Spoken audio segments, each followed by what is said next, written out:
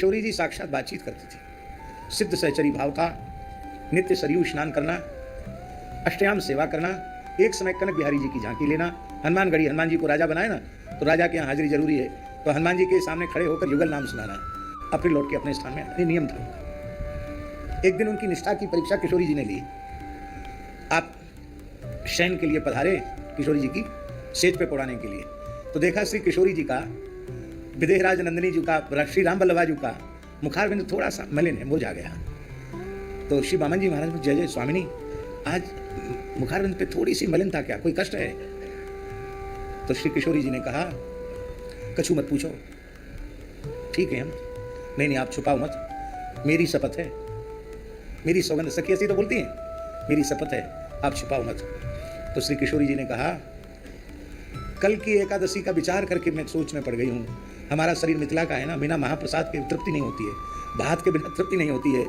और उस जमाने की बात है, सैकड़ों साल पुराने की बात, तो महात्मा लोग फक्कड़ होते थे, कुछ शकरकंदी उबाल दी, अरवी उबाल दी, थोड़ा राम रस गुड़ रख दिया और थोड़ी छाछ रख दी, हो गया फलाहार। और कोई आजकल जैसी व्यवस्था हो, ऐसी व्यवस्था नहीं थी कि एकादशी कोई 56 भोग होते हैं। तो किशोरी जी बोली, कल एकादशी है, कल वही फलाहार का भोग लगेगा, इसकी हमको चिंता हो रही है।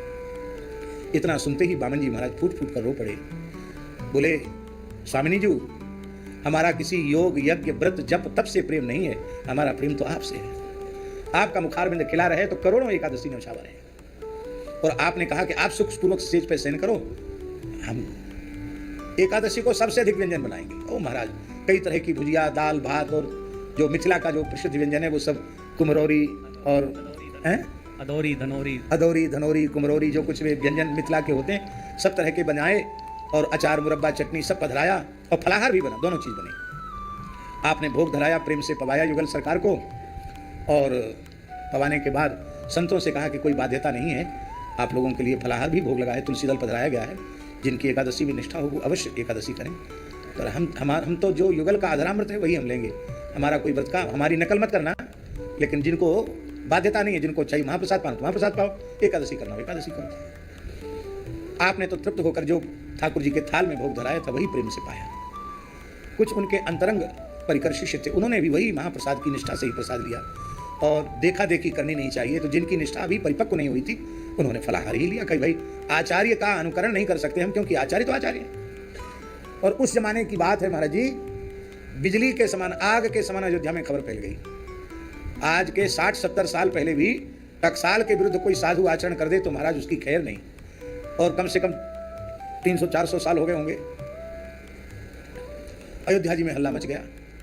बामन जी महाराज तो पता नहीं माथा खराब हो गया, उन्होंने एकादशी नहीं की, खूब कढ़ी भात दाल खीर और पुआ पूड़ी सब दुनिया भरी का बनाया, खूब भोग लगाया, खूब प्रेम से खूब डट के पाया। कनक भवन दर्शन करने जब वो गए तो लोगों ने कहा कि इनको पूछो, इनका विरोध करो। तो जो अच्छे भजनानंदी रसिक संत थे उन्होंने कहा, बामन जी महाराज की अवस्था इतनी ऊंची है कि हम लोग उनसे कुछ कह नहीं सकते। भजनानंद में महाराज जी भरे रहते थे, लाडली जी साक्षात जिनके साथ खेलें बातचीत करें, उनका स्वरूप कैसा होगा, विचार कर सकते हैं। तो वहां किसी ने कुछ नहीं कहा, लेकिन जब कनक भवन से दर्शन करके हनुमानगढ़ी दर्शन करने आए, वहां तो नागांव की फौज उतरा करके उनसे पूछा, अखाड़े वाले तो अखाड़े वाले, भाई हम लोग सिपाही हैं, तुमने कानून के विरुद्ध व्यवहार क्यों किया? आप कुछ नहीं बोले, कुछ नहीं बोले, हाथ जोड़कर सिर झुकाकर खड़े रहे। तो उन्होंने उनको पीटना शुरू किया।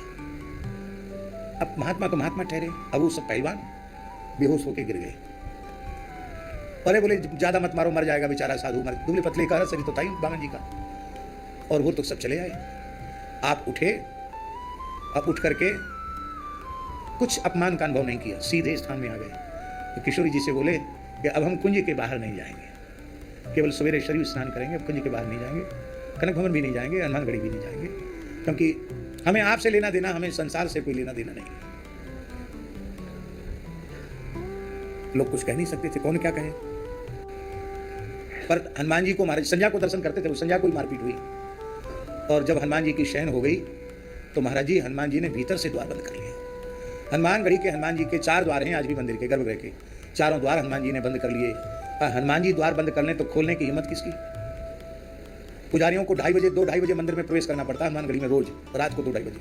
हनुमान जी बहुत कम सोते हैं, राजा है ना, राजाओं को कहाँ सोना मिलता है सबको। राजा बनो चाहे महाराजा बनो, सोना मुश्किल हो जाएगा। तो हनुमान जी को भी वहाँ कम सोने देते हैं, उनको जगाते रहते हैं, ज़्यादा कम सोते हैं हनुमान जी। 10-11 बजे तो शयन होती है और 2-2:30 बजे मंदिर में प्रवेश कर जाते हैं पुजारी। पूजा की विधि बड़ी विलक्षण है हनुमान जी की।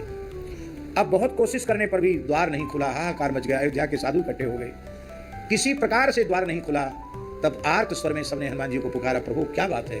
तब हनुमान जी की आवाज़ सुनाई पड़ी, वामन जी के संपूर्ण प्रहार को मैंने अपने श्रीअंग पर सहन किया है। तुम उनकी महिमा नहीं जानते हो, आज के बाद किसी को मेरे दर्शन कभी सुलभ नहीं होंगे।